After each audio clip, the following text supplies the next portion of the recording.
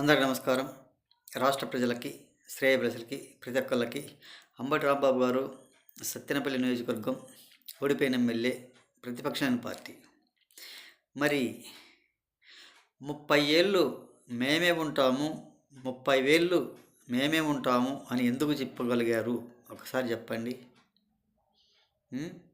ఇలా ఏదో ఒకటి మాట్లాడటం తప్ప అందులో ప్రజలకు ఏం మేలు చేశామా, ఏం చేశామా అన్న మాట మీ నోటికుండా ఏ రోజైనా వస్తుందా? ప్రెస్ మీట్లలో ఏ ఒక్కటి కూడా రాదు.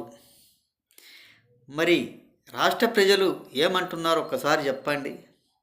ఈ వైసీపీ పాలన వద్దురా బాబు, మాకు అసెంబ్లీకి వెళ్ళిన దగ్గర నుంచి అధికారంలో ఉన్నప్పుడు వాళ్ళు బూతులు తిట్టుకోవటం, అసెంబ్లీలో ప్రతిపక్షంలో ఉన్న వాళ్ళని ఏ మాట అంటే ఆ మాట అనటం, అది వాళ్ళకే తగుతుంది. వాళ్ళు అలాగే చేస్తారు. ఎవడికి ఇచ్చిన శాఖ ఆ శాఖ గురించి వాళ్ళే మాట్లాడుకోవటం తప్ప రాష్ట్ర ప్రజల కోసం మాట్లాడటం ఏ రోజైనా ఎవరైనా విన్నారా? ఎవరినైనా ప్రశ్నిస్తే వాళ్ళను బూతులు తిట్టుతూ ఉండటం తప్ప ఈ వైసీపీ పాలనలో ఒరిగింది ఏమిటి అని అడుగుతున్నారు రాష్ట్ర ప్రజలు. వాళ్ళకొక్కసారి రాష్ట్ర ప్రజలకు సమాధానం చెప్పండి. అంబటి రాంబాబు గారు, మీరు చేసిందంటూ ఏమీ లేదు, ఊరక ఒరిగించింది అంటూ ఏమీ లేదు. ప్రెస్ మీట్లలో పెట్టుకొని వాగటం తప్ప దేనికి పనికొచ్చేది కాదు. ఆయన మాట్లాడిన దానికి మీరు మాట్లాడేదానికి పొంతన లేదు.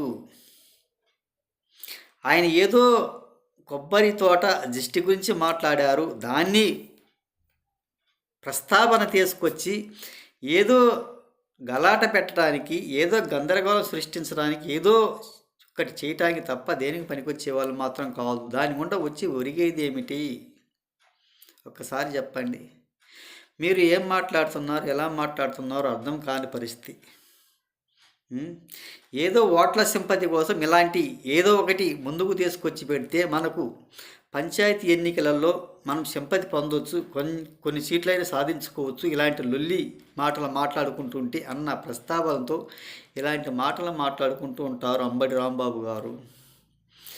ఏది ఏమైనా తెలంగాణలో కూడా ప్రజల కోసం ఆలోచించాలి.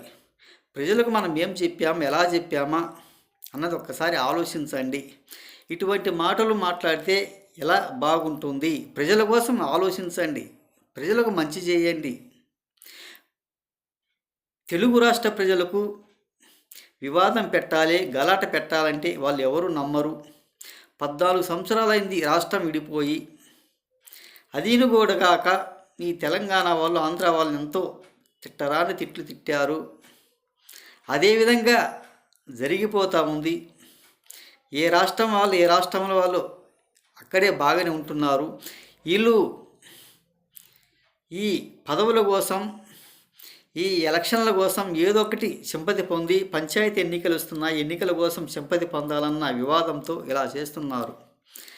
అదేవిధంగా మన రాష్ట్ర మాజీ ముఖ్యమంత్రి పర్యులు జగన్మోహన్ రెడ్డి గారు ఎలక్షన్లకు ముందు రోజు Nagarjuna Sagar KC canal dam దగ్గర పోలీసులు మోహరించుకొని ఉన్నాడు. ఎందుకు? వివాదం పెట్టడానికి. 2 రాష్ట్రాలకు వివాదం పెడితే నేను సింపతి పొందవచ్చు, నేను అధికారంలోకి రావచ్చు, ఇరు రాష్ట్రాల వారు కొట్టుకుంటారు అన్న ఉద్దేశంతో అదేవిధంగా చేశారు. ఇప్పుడు కూడా పంచాయతీ ఎన్నికలు వస్తున్నాయి, ఆ ఎన్నికల కోసం ఏదో ఒక సింపతి పొందవచ్చు అన్న ఉద్దేశంతో ఇటువంటి పనికిమాలిన మాటలు మాట్లాడుతున్నారు. తెలంగాణ రాష్ట్ర ప్రజలు కూడా ఒకసారి ఆలోచించండి. ఈ రాజకీయ నాయకులు పదవుల కోసం, అధికారాల కోసం ఇలా సింపతి పొందాలని గొడవలు పెట్టడానికి సిద్ధపడుతున్నారు. మరి బీఆర్ఎస్ పార్టీ నాయకులు అప్పుడు వైఎస్ఆర్సీ పార్టీ అధికారం ఉన్నప్పుడు ఎన్నో విధాలుగా ఏదో రకాలుగా రోడ్ల గురించి ప్రతి ఒక్కటి కూడా విమర్శిస్తూ మాట్లాడారు. అప్పుడు ఏ రోజైనా మాట్లాడగలిగారా అంబటి రాంబాబు గారు? ఒక్కసారి రాష్ట్ర ప్రజలకు వివరంగా చెప్పండి. కాదు కదా. ఒక్కసారి ఆలోచించండి. వాళ్ళు సీట్ల కోసం, ఓట్ల కోసం, పదవుల కోసం ఇటువంటి మాటలు మాట్లాడుకుంటూ ఉంటారు. ప్రజలు మాత్రం ఇటు పరిస్థితుల్లో నమ్మవలసిన అవసరం లేదు. ఆయన ఏదో కోమటిరెడ్డి గారంట, ఆయన ఏదో పడుకొని నిద్రపోయి లేచి ఇప్పుడు నేను కనిపిస్తాను, ఇప్పుడు కనిపించకపోతే ప్రయోజనం లేదు, ఈరోజు కనిపిస్తాను, దీని గుండా నేను కనిపిస్తానన్నట్టుగా వ్యవహరించుకునేటువంటి గందరగోళం సృష్టించడానికి తప్ప దేనికి పనికొచ్చేవాడు మాత్రం కాదు. ప్రజల కోసం ఆలోచించండి కోమటిరెడ్డి గారు. ఒక్కసారి ఆలోచించండి. ఇటువంటి గొడవలు పెట్టినందువల్ల ఉపయోగం ఏమిటి కోమటిరెడ్డి? ఒకసారి రాష్ట్ర ప్రజల కోసం, మీ నియోజకవర్గం ప్రజల కోసం ఆలోచించి మనం ఏం పథకాలు అమలు చేశామా, ఇంకా ఏమున్నాయి అన్నట్టుగా వ్యవహరించండి, వాళ్ళకి మంచి చేయండి. ఇటువంటి గొడవల వలన నేను ఇప్పుడు దాకా నిద్రపోయాను, ఇప్పుడు లేచి వస్తున్నాను, ఇప్పుడు కనిపిస్తున్నాను, నేను నాకు ఒక మాట చెప్పారు, ఆ మాట ప్రకారం ఇప్పుడు కనిపిస్తే ఈ లొల్లి పెడతాను, ఈ గొల్లి పెడతాను, ఇటువంటి గొడవలు సృష్టిస్తానంటే రాష్ట్ర ప్రజలు ఒప్పుకోరు కదా. ఎవరైనా నమ్ముతారు? రెండోసారి నమ్మరు. ఒకసారి ఆలోచించుకోండి అని తెలియజేస్తూ, ఇటువంటి మాటలు మాట్లాడుకోకుండా వెళ్ళి భద్రంగా నిద్రపోండి, కన్ను మూసుకొని నిద్రపోండి, ప్రశాంతంగా నిద్రపోండి. ఇటువంటి పనికి మాలిన మాటలు ఎలక్షన్ల ముందు వచ్చేటప్పుడు సింపతి పొందాలంటే పొందలేరు. కాబట్టి ఒక్కసారి ఆలోచించండి రాష్ట్ర ప్రజల కోసం. మనం ఏం చేశామా, ఎలా చేశామా, ఏ విధంగా అధికారంలోకి వచ్చామా, ఏమని సింపతి పొంది వచ్చామా అన్నట్టుగా కొంచెం ఆలోచించి ప్రజల కోసం ఉండండి, ప్రజల కోసం మాట్లాడండి. ఇటువంటి వివాదాలు మాత్రం పెట్టవలసిన అవసరం లేదని తెలియజేస్తూ, కోమటిరెడ్డి గారు మన తెలంగాణ ప్రజలు కూడా కొంచెం మంచి చేయండి, వివాదాలు గొడవలు పెట్టబాకండి.